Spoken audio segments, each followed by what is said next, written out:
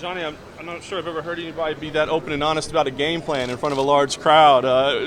Talk about being willing to kind of share your secrets there. It's not secrets. You know what I mean? Like, I want to win. And really, those aren't game plans. You know what I mean? That's every fight plan that I have. And, you know, of course, he knows. I know what he wants to do. You know, so why not be open with, I know exactly what he needs to do. He needs to keep me at kicking distance, right? Kicking distance, kicking distance, kicking distance. What is that? About 3 to 3.5, maybe 4 foot, depending how he jumps in, right? I know that. So why not throw something in there and be like, I know he wants me to be in that range. Why not play a little bit out? Or play a little bit in. Make him think, okay, what is he doing? What is he doing? When is he going to attack? Is he not? Is he waiting for me?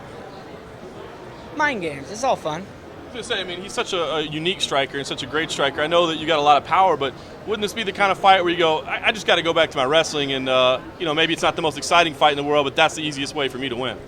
No. I mean, why does everybody doubt my striking? Really? I mean, it's always, you know, we can go back even to Campman was going to beat me in the striking world. Carlos Condit was going to beat me in the striking world. Let's see here. Who else was going to beat me? John Fish was going to out-wrestle me. Let's see here. Who else? Oh, yeah, Josh Koscheck is going to outstrike me and out-wrestle me. Oh, yeah, GSP was going to out-jab me. Everybody doubts my striking, but I got the two best striking coaches out there. You know, and that's one reason why I like to prove people wrong. You know, I see a story that everybody's like, oh, you're going to lose in the striking world. Oh, he's a better striker. Oh, he's better this. Oh, he's better that. Dude, forget that. You know, hey, I got okay striking as well. You know, he might have to be a little worried of that. You mentioned the name GSP. I got to ask you, it seemed like is there a little emotion in that fight? I mean, you were kind of saying, hey, he better not unretire. You know, he better stay out. You still got a little emotion tied to GSP? No, the reason why I have emotions to that is because everybody remembers what kind of fighter he was, right? And the next fight against me isn't going to go any different. And I don't want, you know, like I said, we've seen many people come back and they're not as good or not as strong or whatever, right? So why put that into people's head? Enjoy that you were the greatest fighter for, 4 or 5 years? And enjoy that. You know, don't come back because you had a close decision that you thought you might have won, but it wasn't close. You know, the next fight's going to be worse.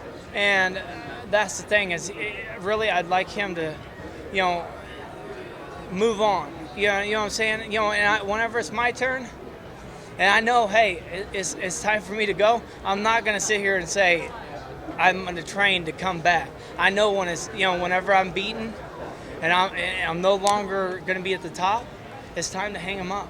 Johnny, you've been having a lot of fun, it seems, this week. What's different about your mentality than the past? One, the mentality is that, you know, like I said, I've been eating 6-7 meals a day, drinking a gallon of water a day, cutting weight. You know, really, I haven't been cutting weight. I haven't pushed a weight cut yet. I haven't tried to lose anything. All I've tried to do is just hit mitts, work out. All I've wanted to do, every workout, all I've wanted to do is lose like 3 pounds. And every time I do that, I come back like 5 pounds lighter. Yeah, so I lose more than I want to. So I'm like, oh, hey. You know, so like I've had literally, the reason why I'm feeling so good and all that is because literally, like today, I went hot tubbed and saunaed for an hour. I lost 3.5 pounds. It put me at 169.8. Okay, I'm sitting here going, there's got to be a point that my body's going to shut off, right? And I thought maybe this morning was going to be it where 71 might be hard to make. No, I made it easily. So that's the thing is that I'm doing things. I have more energy because I'm eating. I'm fueling right. And not only that, like today, guess what? After this, I'm gonna go back to my hotel room, twiddle my thumbs, go find a laundromat, do my laundry. You know what I mean? Like I don't know what to do with my time because usually at this point, you know, I'm at 4 o'clock till like right around 1 o'clock. I'm cutting weight. You know, and I have to push it. Now I'm sitting here, right now, I'm 172.4. I probably lost a half a pound during that. Let's say 172. I'm a pound over for tomorrow. and I have, 24 hours before the weigh-ins? Like 20, almost 27?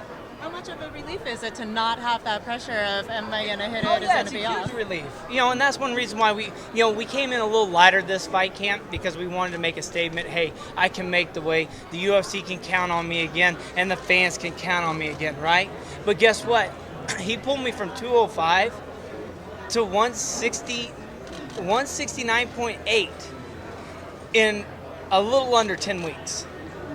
And what's going to happen if I'm at 185, 187, and we have to do this? We'll get to come in at, like I said, if I come in next fight camp at 180, I might still touch 170 again today, the way that my body's been working.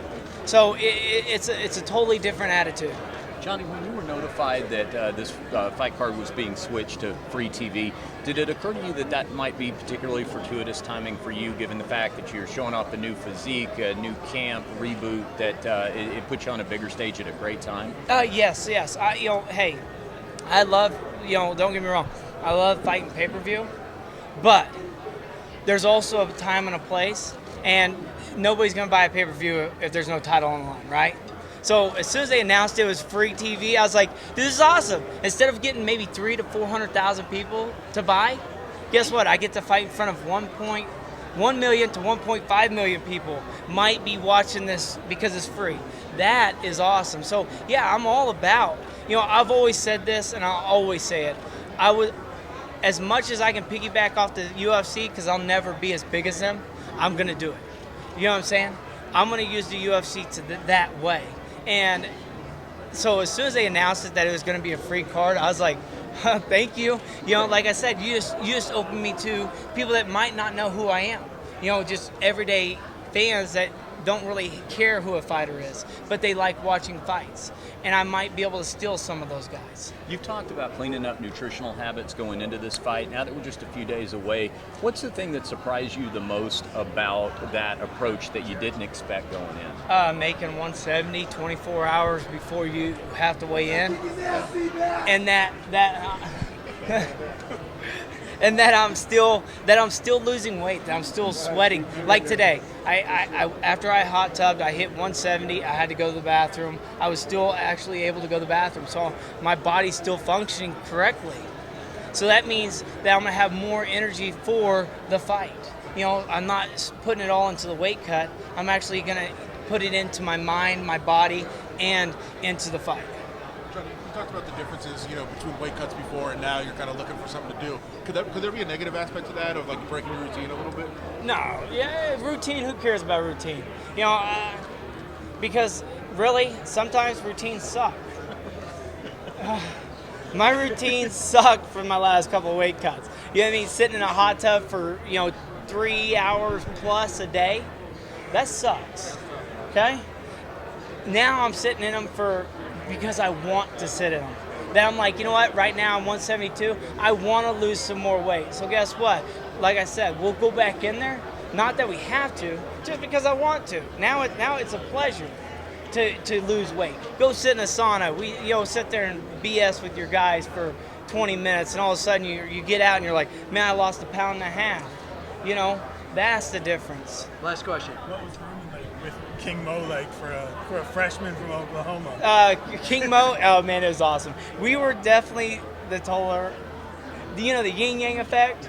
That's what drew us together. He is so opposite, because I'd wear my cowboy hat, cowboy boots, and buckle, and then all of a sudden he'd be riding in my truck. We'd be listening to country music, and then when I rode with him, he would have the seats back where I couldn't even see out the window, and we're listening to the most ghetto rap I've ever heard in my life. You know what I mean? And like, some people are like, I've never heard this rap stuff before in my life. I'm like, I don't even know what's going on, but I'm riding with him. And then, again, I'm in my cowboy hat, riding with him, and we'd get the weirdest looks. Because we did everything together. We'd go out together. We'd go we'd go out to clubs together. We'd do everything together. So I do love that. He was an amazing person for me to sort of help me out, in my freshman year. But like I said, it was actually pretty fun. Like I said, we got a lot of looks going a lot of places. Thanks, guys. Thanks, John. Hey, thank you guys. You know, there's a Bass Pro Shop.